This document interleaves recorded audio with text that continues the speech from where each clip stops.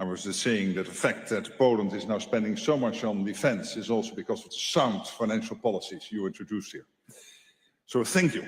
And it's great to be back in Warsaw and to see everyone here in the room and also following online. In my first speech as Secretary General in December, I said I wanted to start a conversation with the 1 billion people living in NATO countries about our security. And what better place to continue that conversation than here in Poland? You are truly a leader on defense, spending 4.7% of GDP this year. You are a strong supporter for Ukraine. And Poland has put security at the heart of your EU presidency. In my meetings earlier today, I thanked President Duda and Prime Minister Tusk, not just for talking the talk, but for walking the walk when it comes to our collective security. Now, I want to take some time with all of you to address the questions about the strengths of the transatlantic bond and to sketch out the path to our NATO summit in The Hague in June, following my recent discussions in Washington with President Trump. I know that things have been moving fast in recent months, and many of us feel less secure in this rapidly changing world. Russia's war against Ukraine is raging on, and there are concerns about how it will end. However it ends, Russia will remain the most significant and direct threat to our security. Russia is ramping up its defense spending and has moved to a war economy. It is rapidly rebuilding its armed forces, built on Chinese technology, backed by deadly Iranian drones and North Korean troops and missiles. Putin has not given up his ambition to reshape the global security order. And he is not alone. China, Russia, Iran and North Korea are increasing their military cooperation and exercises.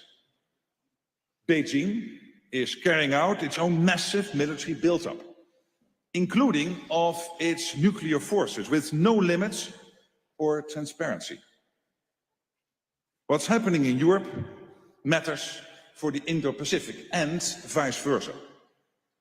Securing lasting peace for Ukraine is essential for European security and for global stability. The world is watching. I welcome that President Trump has broken the deadlock with Russia and that talks are ongoing towards a ceasefire. I also welcome that the UK and France are leading efforts to contribute to a lasting peace, which we will again discuss tomorrow in Paris. At the same time, I know there are questions about the strength of the transatlantic bond and the United States' commitment to European security. There is tough rhetoric. There are difficult debates between Europe and America over trade and tariffs. And there are calls to revive ideas of European autonomy. Let me be absolutely clear. This is not the time to go it alone. Not for Europe or North America.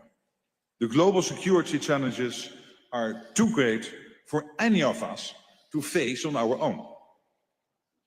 When it comes to keeping Europe and North America safe, there is no alternative to NATO. Without the US, UK, Turkey, Canada, Norway and Iceland, it is impossible to imagine the defense of Europe. And nothing can replace America's nuclear umbrella, the ultimate guarantor of our security. A strong transatlantic alliance remains the bedrock of our defense. And stronger European allies are a unique strategic asset, which allows the US to promote peace through strength on the global stage. When it comes to security and defense, I'm absolutely confident that the United States remains committed to NATO and to Article 5. Don't just take my word for it. Listen to President Trump, who has repeatedly stated his commitment to a strong NATO. Listen to the strong bipartisan support in the US Congress. And listen to the American people, 3/4 of whom support NATO according to a recent poll. I heard this again loud and clear in meetings in the White House with the President and on Capitol Hill 2 weeks ago. And it's not only about words, but also about actions. US troops lead our NATO forces here in Poland. American strategic bombers patrol European skies. And US aircraft carriers send a message of strength at sea. Yes, Europe needs to know that Uncle Sam still has our back. But America also needs to know that its NATO allies will step up and play their full part, without restrictions and without capability gaps. It's only fair. Reassurance is a two-way street.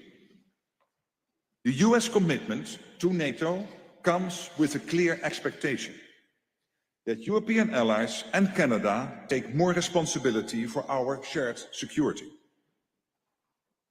So, at our summit in The Hague, we will begin a new chapter for our transatlantic alliance, where we will build a stronger, fair, and more lethal NATO to face a more dangerous world.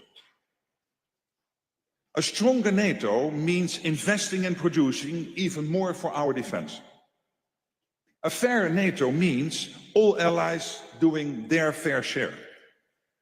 And a more lethal NATO means that where we will always remain a defensive alliance, we will always be ready and able to do whatever it takes to stay safe. When it comes to spending more, European allies and Canada have stepped up with huge new investments. Last year alone, they increased defense spending by 20%. And over the last decade, they added an extra 700 billion for defense. And many have pledged to go further and faster. Poland is leading the way, alongside Estonia, Latvia, Lithuania, moving to spending 5% of GDP in the coming years. The German Parliament has unlocked more than $1 trillion in extra defense and infrastructure spending. Czechia, Denmark, Sweden, France, Finland, Norway, and the United Kingdom have committed to considerably ramp up spending. And the European Union, only last week, came out with an initiative to free up to 800 billion for defense. All this is nothing short of a sea change for NATO's collective defense. This acceleration is absolutely necessary, and we have to keep our foot on the gas. When it comes to producing more, there are also great examples. Europe and North America are now producing millions of rounds of 155mm shells. New gunpowder and TNT factories are being built across the alliance, from France to Finland. And there are more fifth-generation fighters flying in alliance skies than ever before. We are also producing more together. Take the F-35, which combines American ingenuity with British know-how, Italian finesse, and Dutch technical expertise. European companies are supporting ammunition production from Texas to Florida. And the US and Europe are building a new Patriot missile factory in Bavaria, in Germany. This is the kind of industrial win-win we need more of, not less of. This is how we rebuild our industry together. And this is how we create jobs and growth on both sides of the Atlantic.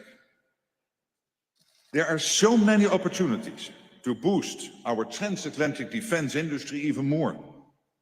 There are hundreds of billions of extra euros and dollars to go around. But we must go much further and faster to ramp up production across the alliance. The need and the urgency are crystal clear. Finally, European allies and Canada are also doing more for our shared security through NATO. They lead 7 of our 8 multinational deployments on our eastern flank. An Italian commander leads NATO's peacekeeping mission in Kosovo. A Dutch commander leads our training and advisory mission in Iraq. And European allies lead on NATO air policing over Iceland, the Western Balkans and the Baltics.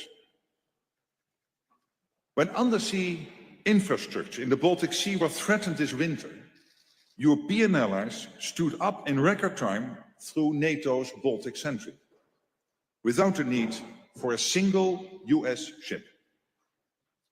European allies and Canada are also playing a bigger role in Ukraine.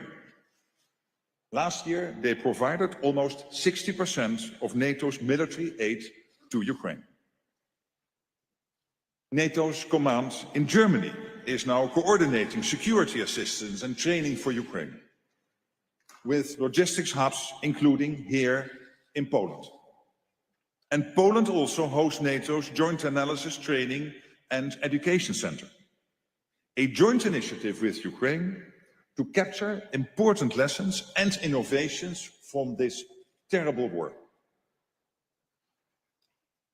Over the last decade, NATO has carried out a generational transformation of our alliance.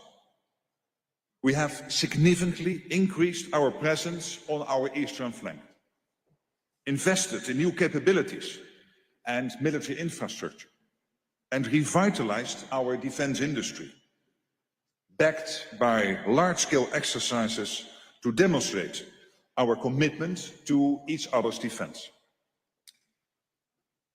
At our summit in The Hague, we will need to do even more to ensure all allies do their fair share, based on ambitious new targets for all NATO allies, strengthening our capabilities, readiness and deterrence, including air and missile defense, long-range missiles and more ground forces. This will enable Europeans to take on a greater share of our collective defense, while maintaining strong American commitment and presence in Europe. So we know what we need to do to stay safe today and strong tomorrow. We know exactly what forces, resources and capabilities every ally needs to provide. And we have the plans and procedures in place to defend our own nations and support Ukraine. NATO allies represent half of the world's economic and military might. 2 continents, 32 nations and 1 billion people. Together, in NATO, Europe and North America are unbeatable, today and in the future. So to our 1 billion people, I say this: be assured, the transatlantic bond is strong. And yes, we will make NATO a stronger, fairer and more lethal alliance. That is how we all stay safe in a more dangerous world. So thank you, and I look forward to our discussion.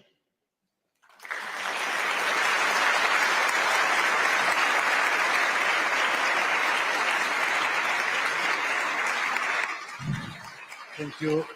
Thank you very much, Secretary General, for your important words and for inviting us to thinking more about the importance of transatlantic links. It is truly also reassuring that we heard your words about the future of NATO. It is for the first time, I have impression, Director, we are co-organizing the event together with the Polish Institute of International Affairs.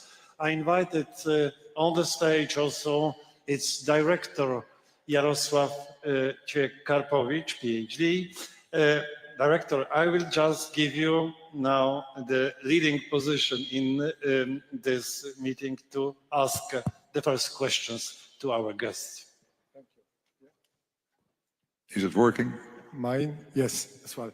Okay, so once again, welcome on behalf of the Warsaw School of Economics and the Polish Institute of International Affairs. As you see, we gather here both the student expert community.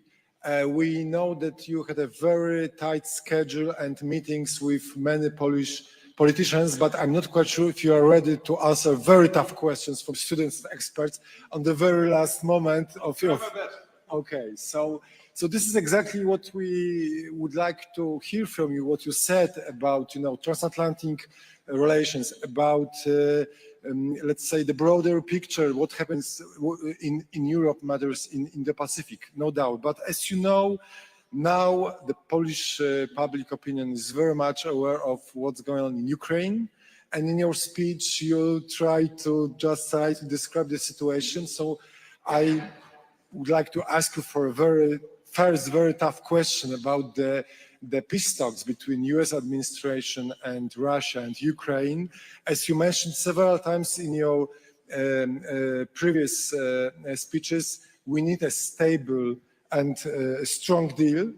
And we here were not sure if such a strong deal is feasible. So my first question, how such a strong deal should look like? What kind of security guarantees should Ukraine be offered to make it impossible for Russia to attack again? To attack again, it means to NATO. Well, first of all, I am glad that President Trump broke the deadlock, because I feel that was necessary. And I'm positive about the peace talks being conducted now under his leadership. And I think that is important. It will be a step-by-step process. NATO gets regular updates. I know the Europeans are as much as possible involved. But in the end, of course, these are talks conducted by the Americans with the Ukrainians and the Russians. The Americans and all of us, we always have been very clear. We need to bring Ukraine to a durable, a lasting peace. Vladimirovich Putin should never try again to attack Ukraine. So I cannot predict now exactly what the peace deal and the ceasefire, etc., will look like, because that is now being discussed.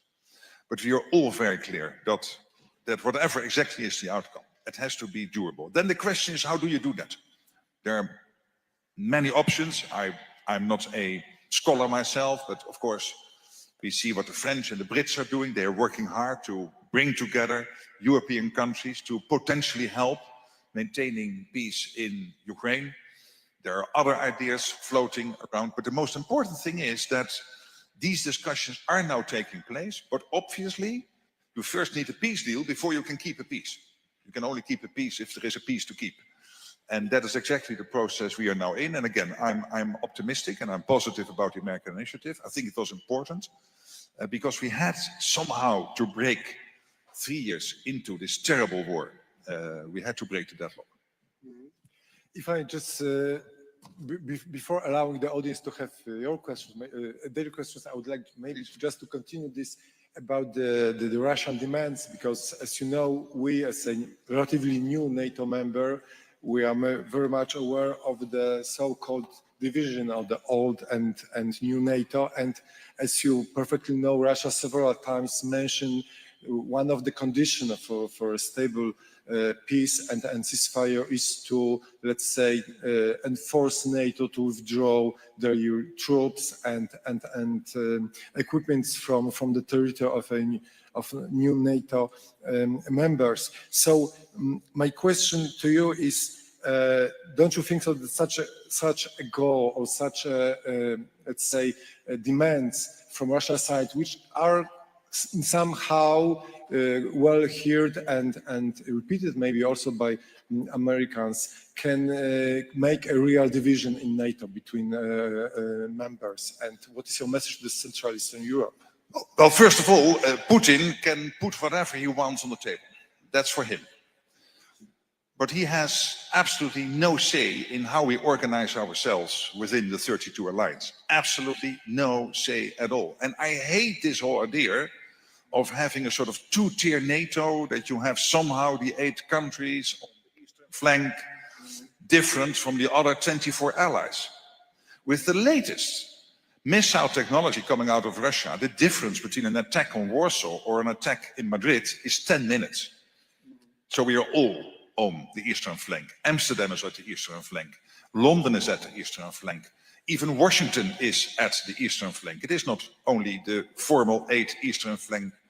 It is important to realize this. And Putin has to know that when he would try to get a square kilometer of Estonia or of Poland or of Slovakia or of Spain or Portugal for that matter, that our reaction will be devastating, that the full onslaught of NATO will be upon him. That is the deterrence. That is the collective defense. And whatever he wants to put on the table is up to him, but it's up to us to react. And when it comes to the dealings of the 32 and how we organize NATO, he is absolutely not involved in this. He has no say in this. This has no relation to any peace deal in Ukraine. We have to be very clear. No doubt that your task is to mobilize Europeans and all NATO members to spend more for defense. You are a very well experienced politician and also now NATO diplomat, let's say. So you also mentioned countries who exceed this 2%, but there are also still some countries who are just below this. And you, as one of the longest serving prime minister in Europe, I'm not counting Viktor Orban, who is prime minister in Hungary, but you are probably one of the longest serving prime minister. With such experience as being a prime minister, when you concern mainly how not to spend, but how to collect money, how you would like to encourage Europeans to spend more on defense? First of all, by understanding that we do not do this because the Americans want us to do it, but because we need to do it because of Russia and the threat. By the way, by spending more, you will also have a fair burden sharing with the US, because the US rightly is irritated about the fact that in Europe, we have collected the peace dividend, and I myself as prime minister was part of that. And that was wrong. Luckily, the Netherlands is now spending over 2%. But collectively, we have collected the peace dividend. This was not, and rightly the US is irritated. So by spending more because of the Russian threat, the effect of that is also that you have a fairish burden sharing with the United States. And yes, so there are a few countries not yet at 2%. I would love to say that since I came in on the 1st of October, things started to change. That was not true. But there happened something on the 20th of January in the US, and since then, look what happened. The Belgians have been saying we want to get to 2% by this summer. Spain now is saying they want to get to 2% this summer. We know that Portugal, Italy, they all have these debates now. And I tell them that, well, now I am calling you to ask you to deliver the 2% by this summer so that collectively we can move considerably north of that 2% because we have to spend much, much more than 2%. But now I am calling you, but you might get a very patient man from Washington on the line if you don't listen to me. And I would love to listen into those phone calls, but let's hope they are not necessary. And at this moment, I must say that all these non-2%ers are having genuine debates to move to the 2% before summer. From our side, for sure, all the best, and we wish you good luck. Thank you. And you were leading the pack. You were at 4.7. It's amazing. Yeah. So now I would like to open the floor for questions from the audience. If you are ready, please. Good morning. Does it work? Okay. Good morning. My name is Marcin Telikowski. I'm head of research at the Polish Institute of International Affairs, which is co-organizing this great event, this great public speech. Mr. Secretary General, thank you for a very optimistic picture which you have just painted with your speech and also with answers to Director Karpovic's questions. However, the feeling among the public opinion in many of allied states, and also the main topic of the debates among the think tankers here, so basically major European analytical and research institutions, is that basically we may not be that sure of the US continued involvement in NATO at the scale which we got used to. And one of the elements of this, I don't want to use the hard words, but mistrust perhaps in what will come next from the Trump administration, is, as many analysts read, the French President Macron proposal on kind of adding a kind of an European dimension to the French national nuclear deterrent. And what does it tell you, this proposal? How do you think it can be married with the next steps as regards adaptation of NATO to the Russian threat, which may be much more reliant on nuclear capabilities in the future, given the conventional weakness of Russia and the time they need to reconstitute its conventional capability? Thank you. I highly respect the French and also the British nuclear deterrent. They are important. The French formerly outside NATO, UK more connected to NATO. But in the end, they are no alternative to the nuclear umbrella the US is providing us. When you look at the amount of nuclear warheads pointed at us from Russia, and increasingly, by the way, from China, who will get to 1,000 warheads by 2030, the only credible nuclear deterrent and ultimate guarantor of our freedom here is the United States of America. Don't kid yourself. There's no way the French and the Brits can replace this. And still, it is important that they have that nuclear deterrent. So I'm all for it, but it is not an alternative. And I know that in Europe, many people are still questioning, is the US still with us? Are they committed to NATO? Are they committed to Article 5? Then I would say, go back to your modern televisions where you can easily watch again what happened 2 or 3 weeks ago, or go to YouTube or whatever and watch the footage from the Macron visit to the Oval Office, the Starmer visit to the Oval Office, my own humble visit to the Oval Office. And in all these visits, the US made clear their total commitment to NATO and to Article 5. So if worrying about their commitment to Article 5 and to NATO is reason for you to get more anxious or to get your blood pressure up, I'm here to tell you it's not necessary. And there are reasons behind it, because the US realizes that for their collective defense connected to the Euro-Atlantic theater, including what they want to achieve in the Indo-Pacific, being together, 32 allies. And yes, I know, the one ally, the US, in itself is over half of the total NATO economy. But to be there together, 32, working together as one group, also projecting NATO/American power in the world is unbeatable. So and of course, there's their own defense and how we can help there and make sure. And the only time Article 5 was ever invoked was one day after 9/11, on the 12th of September 2001, one day after the terrible attacks by 4 airplanes in the US on 9/11, by George Robertson, the then Secretary General, leading that discussion in NATO. So only time Article 5. And then, of course, after that, when it came to Afghanistan, through NATO, bilaterally, many countries helping out in Iraq, we were there with our American allies. There is this collective history, there is this collective future, there is this collective understanding. And again, the present president stating this with emphasis. Yes, Mark, I'm committed to NATO, I'm committed to Article 5. So again, we can worry about many things, but let's stop worrying about this. I identify 3 more questions, so maybe Professor Pisarska, please, floor is yours. Hi, hello, Professor Katarzyna Pisarska. I'm a proud graduate of the Warsaw School of Economics, but also for 2 decades, a proud faculty member of this school. I also chaired the Warsaw Security Forum we organize with NATO. That's how we know each other, Prime Minister, the Secretary General. And I wanted to thank you on the one side for being for so many years so clear on the type of threat Russia poses not only to Ukraine, not only to NATO's eastern flank, but to Europe, the transatlantic alliance, and the world. But my question is not going to be an easy one. You've been sitting in the Oval Office with President Donald Trump, and I'm sure you had a lot of off-the-record conversations.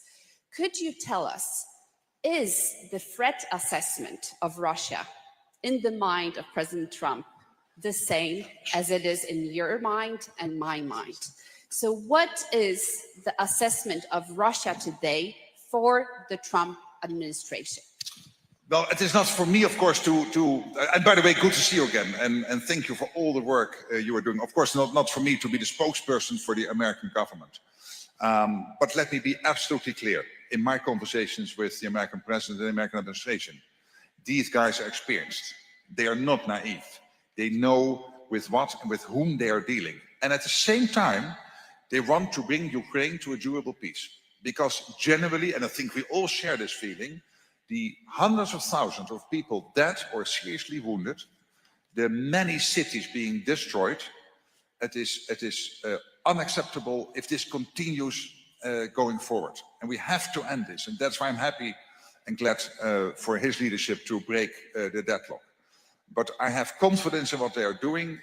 We have been seeing over the last couple of weeks how they're conducting those talks in Saudi Arabia with a clear view of what they need to achieve. And what I know myself from my dealings with Putin in the years I was prime minister, and we had this economic relations, of course, we had a terrible MH17 disaster where Putin consistently did not deliver, consistently denied his responsibility, consistently in an extremely unacceptable, undecent way, did not take his share of the blame and come forward and give, I can still again become very angry when I think about it. And I know one thing, when you have to deal with Putin, you cannot trust him and you will only get into a deal at the last minute.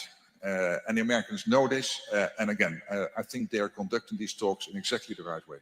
Thank you. Okay, thank you. Now we are turning from expert to student community. And the question, please. Good afternoon. My name is Antoni Świderski and I represent Geopolitics Ideas and Strategy Society. So my question is, with Finland joining NATO in 2023 and Sweden in 2024, Yes. the alliance's border with Russia more than doubled in the northern direction.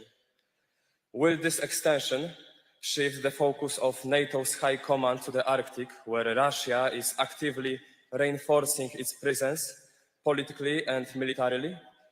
We also see the US showing interest in this region. In your opinion, could this shared Euro-American focus on the Arctic help to bridge and to strengthen cooperation between the European Union and the United States? Thank you. Well, I think, first of all, the fact that Finland and Sweden joined NATO, I don't think Putin intended this to happen when he started his full attack, onslaught on Ukraine in February 2022. And it is really important that it happened, that not the attack, but the joining of Sweden and Finland of NATO, the 31st and the 32nd member in the alliance. When it comes to the High North, we are really running risks because we know that China is using these sea routes. We know that Russia is rapidly arming there and rearming. We know we have a lack as an alliance, for example, of icebreakers. So that's the reason why, and this also came up in my talks in the White House, that as NATO, we will see how we can play a bigger role in getting these 7 countries, it's Canada, the US, it is Denmark through Greenland, Iceland, Norway, Sweden and Finland, to work together and to make sure that collectively we will make sure that the High North, the Arctic, stays safe. And that is clear. And so I really took that challenge from the American president. We are dialoguing now with, more intensely with the 7 High North Arctic countries to see how also collectively we can strengthen our presence. Your second question was about the EU, but I couldn't completely. So my second question was about EU, and in your opinion, Could this shared Euro-American focus on the Arctic help to bridge and to strengthen cooperation between European Union and United States? I think this is more for NATO to help here with the 7 countries, because Canada and the US, of course, are not members of the European Union, and both are allies with the NATO. I would argue there's a bigger role for NATO here to play, and it is really about our how we confront China and Russia in that part of the world, more than for the European Union, I guess. But I hope I'm not now offending anyone in the EU. But I think that this is more for NATO, too, because these are 7 countries and 2 of them are not in the EU. Thank you very much. Thank you. And Iceland is not in the EU. Maybe another question from yeah, Norway. Okay. Good afternoon. My name is Danila, and I also represent a student organization at Warsaw School of Economics, the Student Association for the Recovery of Ukraine.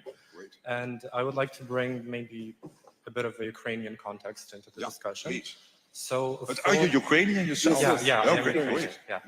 So for Ukraine, and NATO membership has long been seen as the best option for ensuring our security, independence, and territorial integrity. Yeah.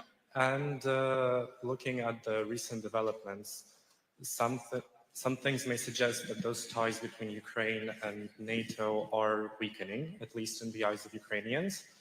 So given this quite maybe a bit pessimistic context, what alternatives, for example, can NATO offer Ukraine to maintain its security, and what role should NATO play in maintaining peace and security in the region, including Ukraine?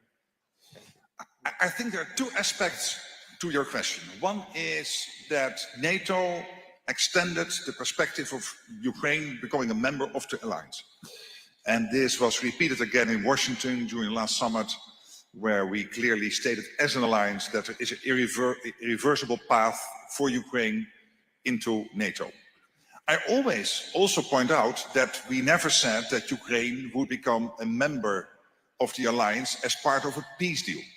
And what the Americans have said, that they have taken the view that as part of a peace deal, Ukraine should not become a member of NATO, being subject to a peace deal.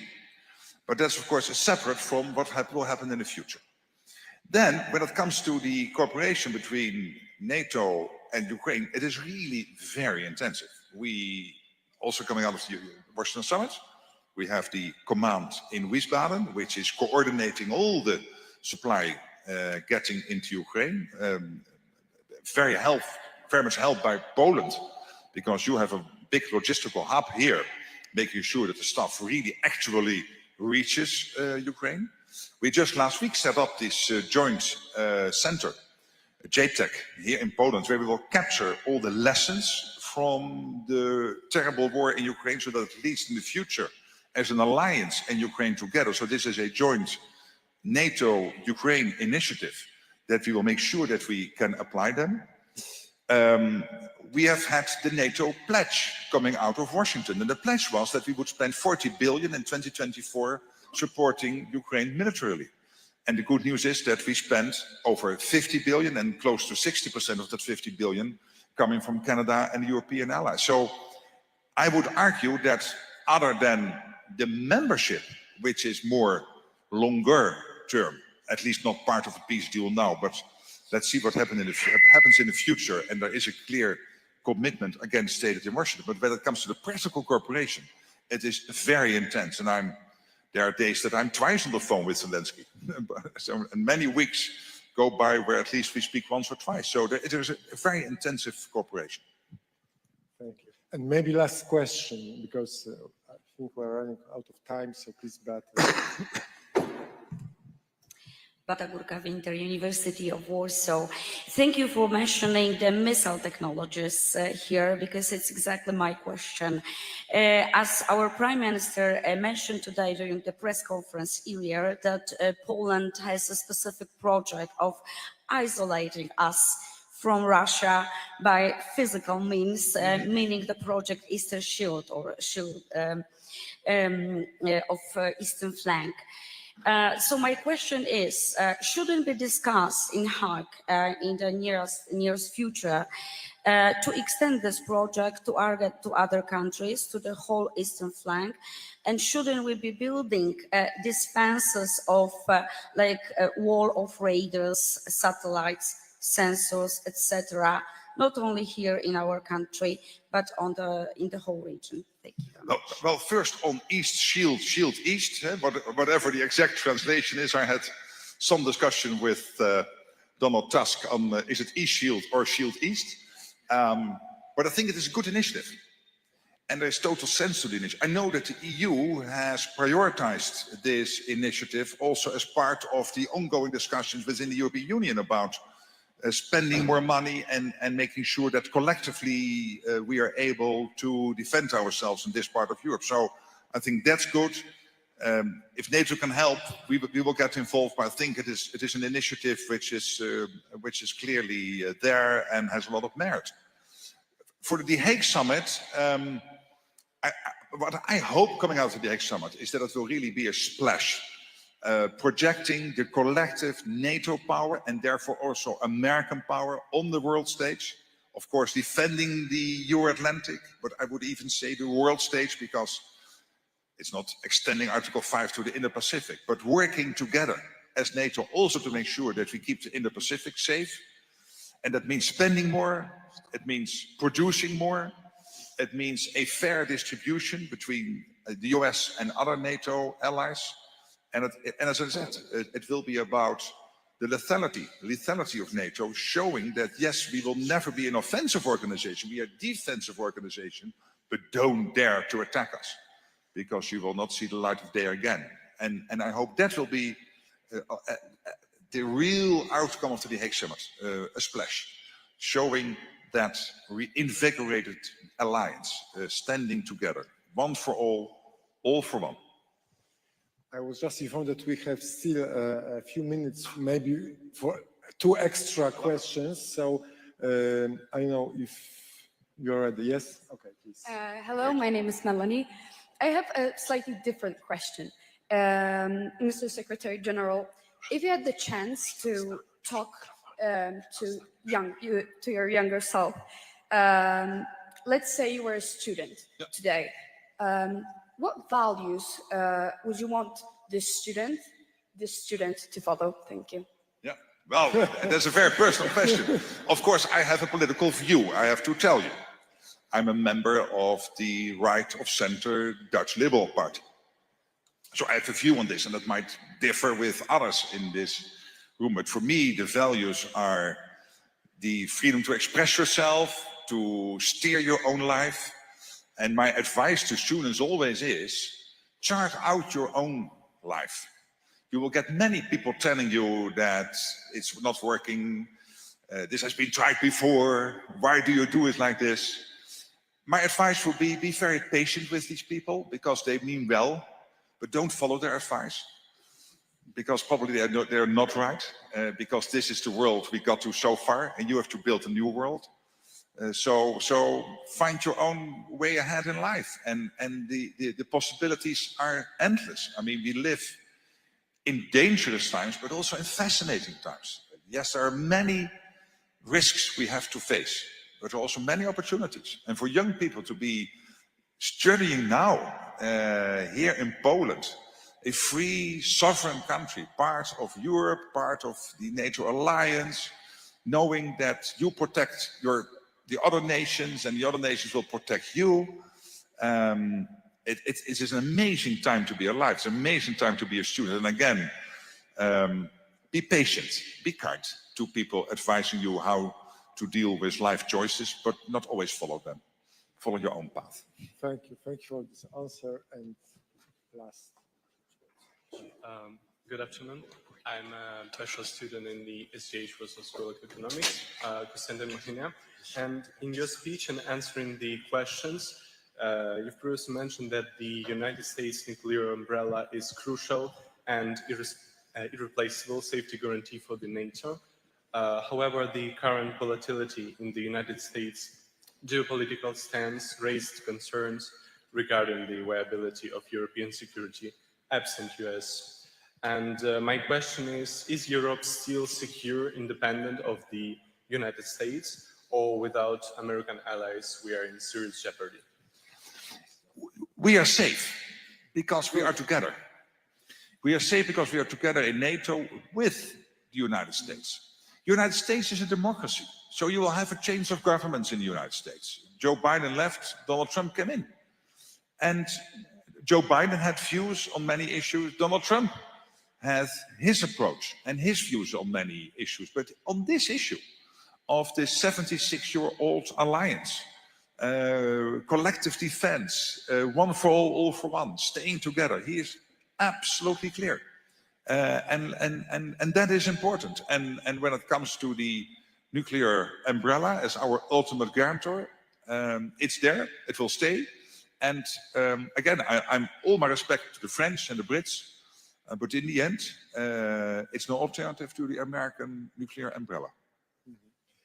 Thank you, Mr. Secretary General. I hope that you found this time very inspiring and interesting, and to see the variety of questions from both communities. And I hope that you remember this time in Poland very well. And please come to Warsaw once again. And we wish you all the best in your work as a Secretary General of NATO. So, and now please join the opposite.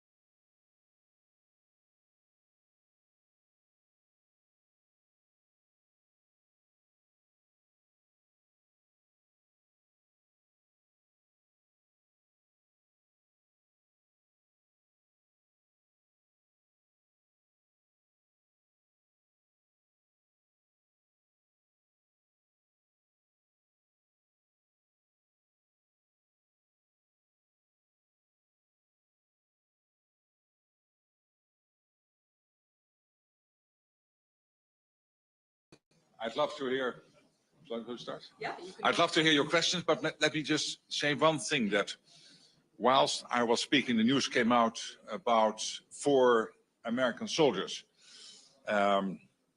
who were killed in an incident in Lithuania. It is still early news, so we do not know the details, but obviously this is really terrible news, and our thoughts are with the families and loved ones. I sent a message to the American Secretary of Defense, Pete Hegseth, that of course our thoughts and prayers are with the families and with the United States. So I just wanted to make that remark at the beginning, and now of course open to questions. Mr. Secretary General, thank you so much. Sasha Farlow, TVP World. In your speech you said that there needs to be a durable peace, a durable ceasefire. And we've had already now the previous ceasefire attempts, supposed to be 30 years against infrastructure, that didn't last very long. We have another one, maritime, supposed to come together. That doesn't seem to have lasted as long as well. You know Mr. Putin as well, you've met him in the past. So what does durable mean here? How can we negotiate with someone like that? What's your comment on that? Yes, when I'm saying you need a durable, lasting peace / ceasefire, it is of course when you have a full ceasefire / a peace deal. What the Americans are now doing step by step is trying to get there. I commend their efforts. But obviously what we need to make sure of is that when this war ends one day, that Putin will not try this again. That's what I mean with durable. That's what I mean with lasting. What we are now seeing, of course, are the first attempts, and very important attempts by the Americans to make sure that we step by step get to that situation of a peace. And then we have to make sure that that peace is lasting. So I'm not talking about every in-between step, because I don't want to comment on that, because all my comments could then be unhelpful in the American endeavor to bring Ukraine to this lasting peace.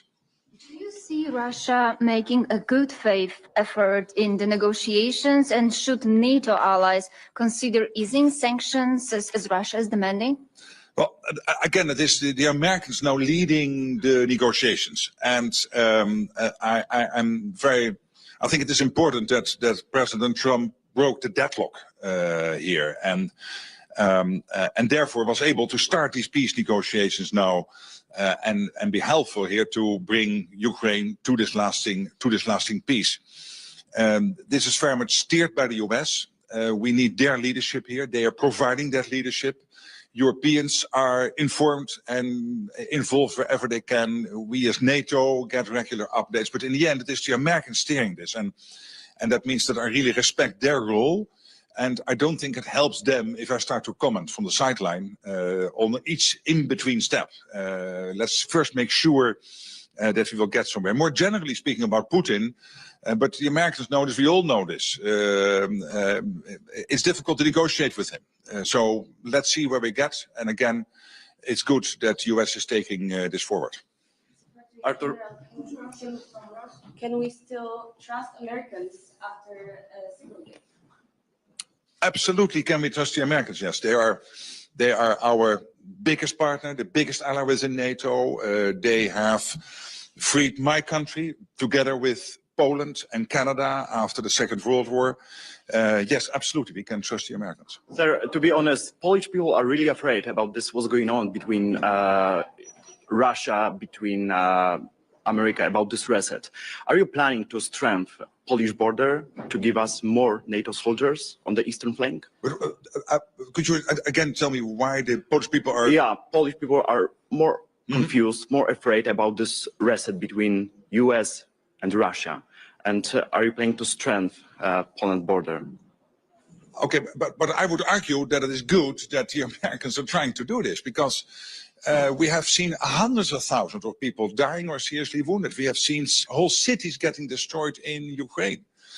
We cannot, going forward, accept this for basically continuing for the next couple of years. So every endeavor, every serious try, and in this case, the American president breaking that deadlock, I think is important. So give him some confidence. Let's be confident that they will do this in a way which will bring Ukraine to a lasting peace. I'm optimistic about it, really. Mr. Secretary, do you think that in context, of course, of full membership of Ukraine in NATO, do you think that this membership is just around the corner, or since October, your first visit in Kyiv, or do you think is it more far away than it might seem? Thank you. Well, what we said as NATO collectively is that in the future, Ukraine should become a member, and there is an irreversible path towards membership. That's what we established as a collective view within NATO over the years, and it was again very much stressed in the Washington summit. But we never said that membership by Ukraine of NATO would be part of a peace deal. And what the Americans have said is that they take the view that when they will bring Ukraine to a lasting peace, and working hard on that NATO membership is not part of that peace deal. But it is totally acceptable, because we never promised Ukraine to become a member of NATO as part of a peace deal. It's very hard for me now to predict when in the future NATO membership for Ukraine will happen. But I know that we work hard together to make sure that Ukraine is as much as possible interoperable. We because of this terrible war ongoing in Ukraine, through this center here which was opened 2 weeks ago here in Poland. We are working to capture all the lessons from that war. NATO is very much helping to get all the support and supply into Ukraine organized. So we're working very closely together. But on the full NATO membership, I cannot predict when that will happen. There is, I'm representing University Quarterly. Yes, very good. And what a beautiful institution. I have a question concerning the change of the new American administration narrative in terms of war in Ukraine and its attitude towards Russia.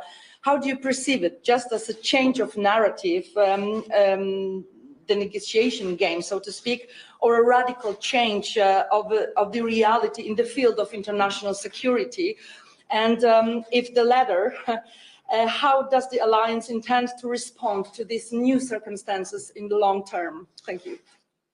Again, there is new in the American administration, and they have embarked on a process which I completely support to bring Ukraine to a lasting peace. Somebody had to break the deadlock. Donald Trump broke the deadlock.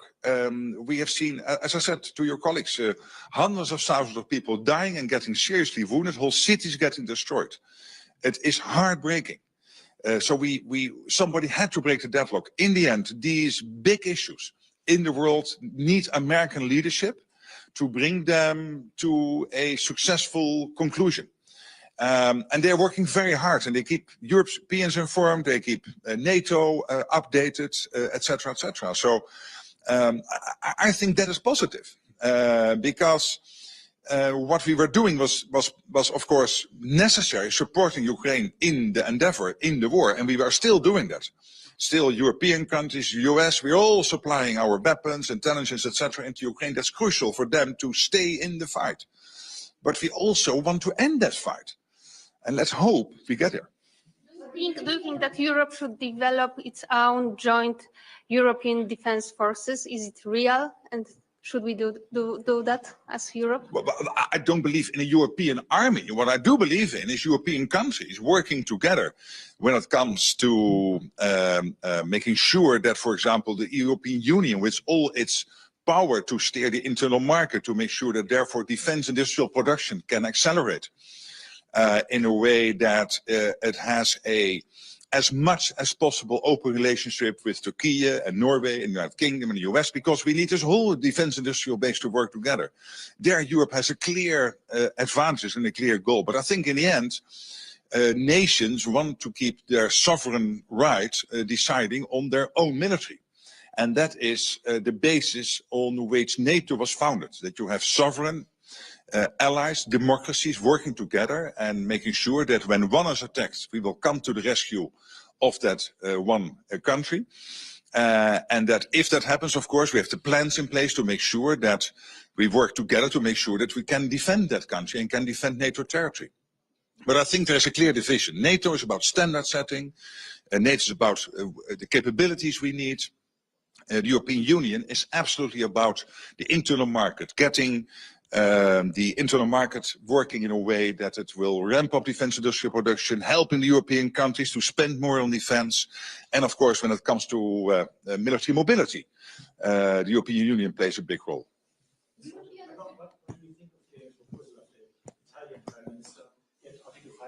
Automatically apply to Ukraine if Russia attacks the country again after a possible ceasefire? Well, I don't generally want to comment on all the proposals. It's positive that leaders are thinking within the concept of the need for a durable, lasting peace in Ukraine, how to best achieve this. And what we have seen is various views on this. And of course, there is the French-British initiative. We know the Italian Prime Minister has some clear thoughts. We know that the present German government also has its views on this. And it's good to have these different scenarios. Probably they can somehow also work in conjunction going forward. But I don't want to comment on every initiative. What I want to do is to say it's positive when these ideas get to the table. And they all work in the same direction, which is to make sure that the war ends. And when the war ends, that Ukraine is, that peace, that ceasefire, the peace deal is lasting, and that Putin will never try this again. you see the conscription as a viable way of strengthening its defense capabilities? And would you consider actually encourage allies to reintroduce or to reinstate mandatory service? These are really national decisions, how to make sure that you have the men and women in uniform at a sufficient amount of them to make sure that you can defend your own country and deliver as a country your commitments to the overall NATO commitment as a country. And you will see conscription, you will see other models, nations and allies learn from each other. But NATO has no particular view on yes or no conscription. It's really up to the national governments to decide that. What NATO wants to achieve is to make sure that collectively we have what we need in terms of the military equipment, but also in terms of the amount of men and women in uniform, well trained, well prepared to defend every inch of NATO territory. European officials actually express quite a lot of criticism on the peace talks. And also, if you look right now at the agreement regarding the Black Sea ceasefire, there is a list of conditions attached to this agreement. So some are arguing that Putin is basically trying to play Trump. What is your view on that? Well, Trump will not be played with. He is his own man. He is an experienced, not only businessman, but also politician. He has been president of the United States for 4 years. He was re-elected with a clear popular mandate. He has a clear view on the need to end this war. And I'm with him because this war has got to end. And it can only end with clear US leadership being provided. That's exactly what he is doing. And obviously this will not happen in 1 hour or in 1 week. This takes time. And that's exactly what the Americans are doing. They were sitting there for 12 hours negotiating with the Russians. And then they had separate negotiations with the Ukrainians. We have all followed this in the news. So the amount of effort they're putting into this, because they really want to bring this to a lasting end, I think is important. And we should applaud them for that.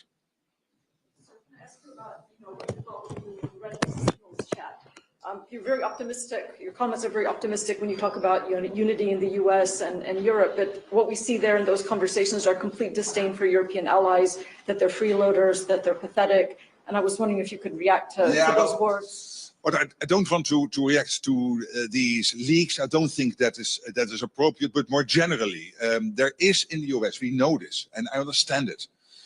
And I'm not going into some of the specifics in these signal messages, but more generally, we know for a reason that the US has 2 big irritants with the European allies.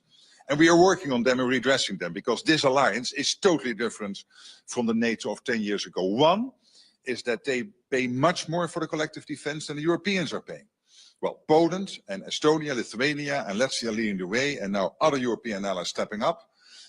We will make sure, not because the US wants us to do this, but because of the Russian threat, that we will pay more. But the effect of paying more will be a fairer burden sharing with the US. That is irritant number 1. And irritant number 2, which I addressed in my speech, is that when European countries get involved in collective endeavors, that sometimes you will have all these caveats, all these red lines, etc. And I think we should get rid of those and make sure that whenever allies work together in collective initiatives, that we all share the same burden, that we all do the heavy lifting together. And I think these are 2 irritants the Americans have, which I totally understand.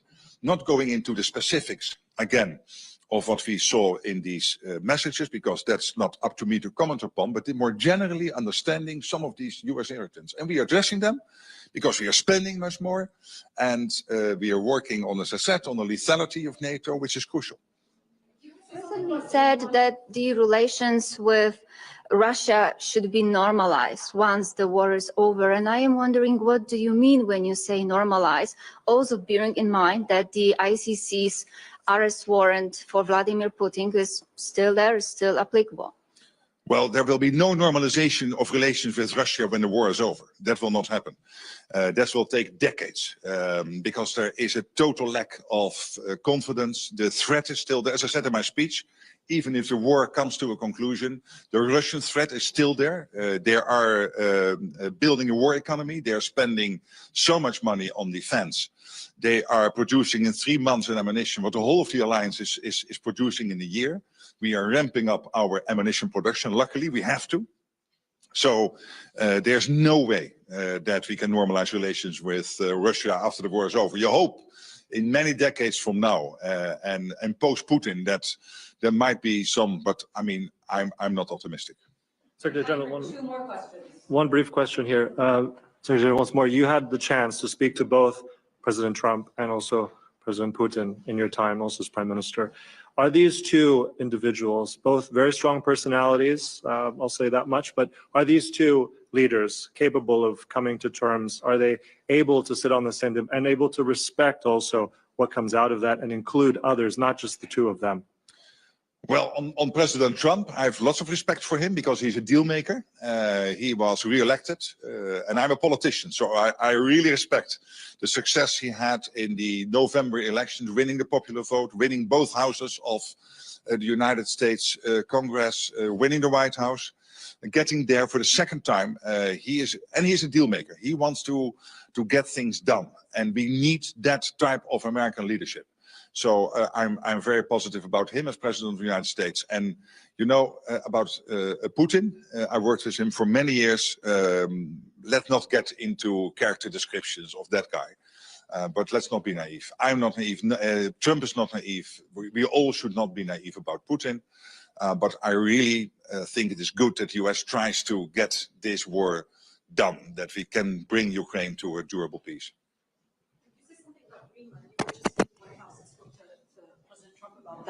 Could there be any role for NATO that would address his concerns about this vast space that's sort of unprotected and Denmark's concerns? Yes, well, I got a question in the audience just a second ago, and there are 7 Arctic countries. That's the US itself, Canada, and of course 5 in Europe, Iceland, Denmark because of Greenland, and Norway, Sweden, and Finland. And clearly, what we are seeing is that these 7 countries are more and more working together to confront the threat posed by China and Russia over there. And NATO will get more and more involved, is my prediction. And this was clearly also an ask from the American president when I visited him, and you could see that in the presser where he said, Mark, NATO should get more involved. And we will do that to make sure that these 7 Arctic countries working together. This very practical issue of the icebreakers. Some might think it is a detail, but it is not a detail because we need icebreakers. We have a lack of them, so we have to make sure we get more of those.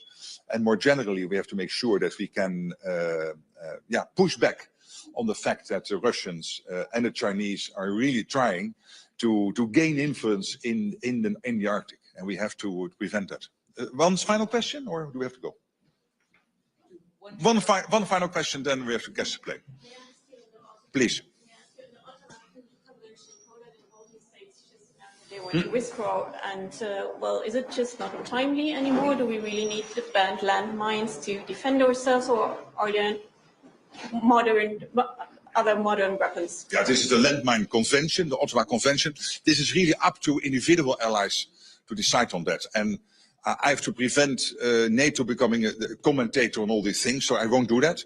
I totally respect Poland's and the 3 Baltic countries' right to do this, and they have their reasons, and I completely respect that. And it is within their remit to take those decisions. Thank you so much, and I hope to see you next time in this beautiful city of Warsaw. Thank you, and this great university.